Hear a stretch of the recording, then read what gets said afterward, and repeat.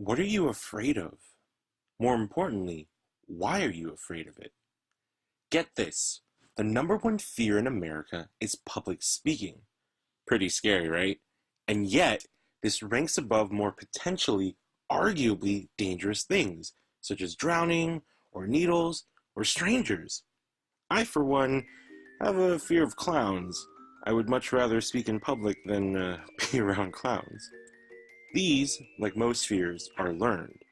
This occurs because learning is essentially the modification of behavior, and humans adapt based on what they learn to increase their chances of survival. It's an evolutionary thing. Thanks, Darwin. Speaking of fear, have you ever cowered under your sheets during a thunderstorm? When lightning strikes, you can hear thunder occur shortly after. This means that when we see the flash of lightning, we anticipate the loud boom of thunder. We learn that these two phenomena go hand in hand, lightning, then thunder. This is an example of conditioning, which is a process of learning associations. There are two types of associative learning, operant conditioning and classical conditioning. Today, we're going to focus on classical conditioning. Think about your favorite playlist. It's something you've personally curated to contain all the songs that you like and in the order which you prefer. For many people, myself included, if you were to put them on the spot and ask them to recite every song title in the proper order, it may prove to be a difficult task. However, when actively listening to the playlist, once you hear the end of a song, you can anticipate the next one. That's because you associate the ending of one song with the start of the next. Try this. Pick any lyric from the middle of a song. Now think of which line comes next. Simple enough? Now what about the line that comes before? Not as easy as you'd think, right? You're associating the end of one line with the start of the next, but it's tougher to go backwards. Now let's take a trip back to the early 20th century. Ivan Pavlov was a Russian scientist known for his work in classical conditioning. Fun fact, he had already won a Nobel Prize for his studies of the digestive system in 1904. The first one for Russia, by the way. But he decided to dedicate the rest of his life to studying the effects of classical conditioning. Pavlov conducted a famous experiment involving the conditioning of dogs. He noticed that when he put food in a dog's mouth, it would salivate. He then realized that it would salivate for anything even remotely associated with the anticipation of food. A person's footsteps, the sound of the door opening, the sight of the food dish. This sparked an interesting question. Could the dog learn to salivate at something unrelated to food as a force of habit? Pavlov started by harnessing the dog in a room and attaching a saliva measuring instrument to its mouth. From the room next door, Pavlov would slide a food bowl into the dog's room to see if it would salivate. It did. He would then later blow meat powder into the dog's mouth at a specific moment to observe its reaction. And yes, it also started drooling.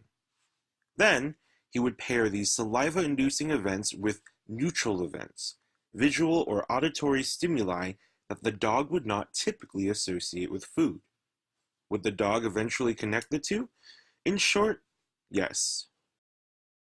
Pavlov would play a tone just before blowing meat powder into the dog's mouth. The dog would then learn to associate the tone with food, salivating at the anticipation of meat. Pavlov would go on to repeat the experiment with other neutral events, and they also worked. Anything ranging from a light to a buzzer would also trigger a salivating response from the dog. Salivation when food is placed in a dog's mouth is a natural instinct. It is unlearned. Pavlov called this the unconditioned response, or UR. Because the food triggers an automatic salivation response, this is the unconditioned stimulus, or US. The tone, on its own, is a neutral event, or neutral stimulus. The dog does not associate anything with it other than sound. However, after the pairing of neutral event with unconditioned stimulus, the dog learned to salivate at the sound of the tone, even if there was no food presented. This is a conditioned response, or CR. The tone has, at that point, turned into what we call a conditioned stimulus, or CS. Pavlov's work paved the way for American psychologist John D. Watson in many ways. Watson was inspired to understand the natural laws behind learning. He denounced introspection and, instead, preferred to focus on the ways in which organisms interact with stimuli in their environments. This approach became known as behaviorism, a psychological school that Watson established in the early 20th century.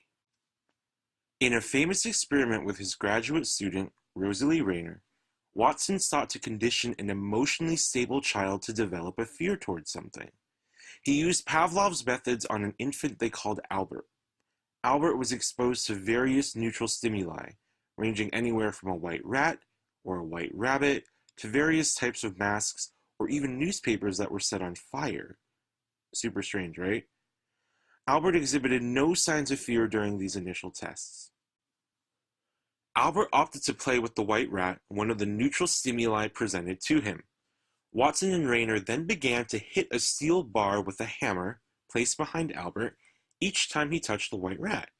Naturally, Albert would cry anytime he heard the loud noise created by the hammer striking the bar. The noise was the unconditioned stimulus, and Albert's emotional crying was the unconditioned response. After several rounds of this pairing, Albert began to cry at the sight of the rat alone. At this point, the rat had become a conditioned stimulus, and Albert's crying reaction had become the conditioned response. If I were to ask Albert what he were afraid of, and if he could talk, he would probably say, well, the white rat.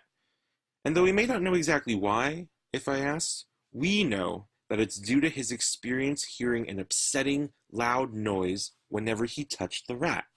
In the same way, our fears, too, can be learned through conditioning. So if anyone ever asks you why you're afraid of public speaking, or why I'm afraid of clowns, you can now answer them. It's because we adopt long-term changes in our behavior based on experiences. This is how we learn.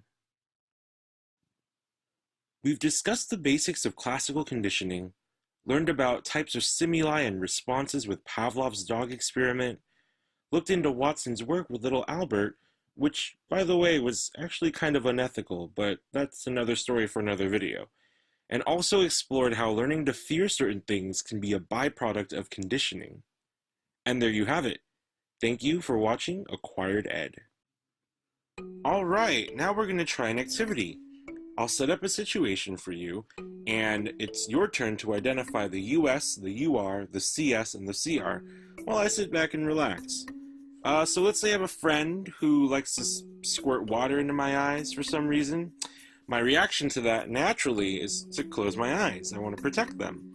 And because this friend found out that it's really fun to do this, and he also happens to have a bell collection, he continues to squirt water into my eyes and ring a bell while doing so, over an extended period of time. I would, of course, continue to close my eyes because I want to protect them. And so after a couple of weeks, the friend gets bored with squirting water and only continues to ring the bell, because apparently he finds it entertaining. He's surprised when I respond by closing my eyes solely at the bell ringing. Can you explain to him why I do that, in terms of the US, the UR, the CS, and the CR? See the description below to check your explanation.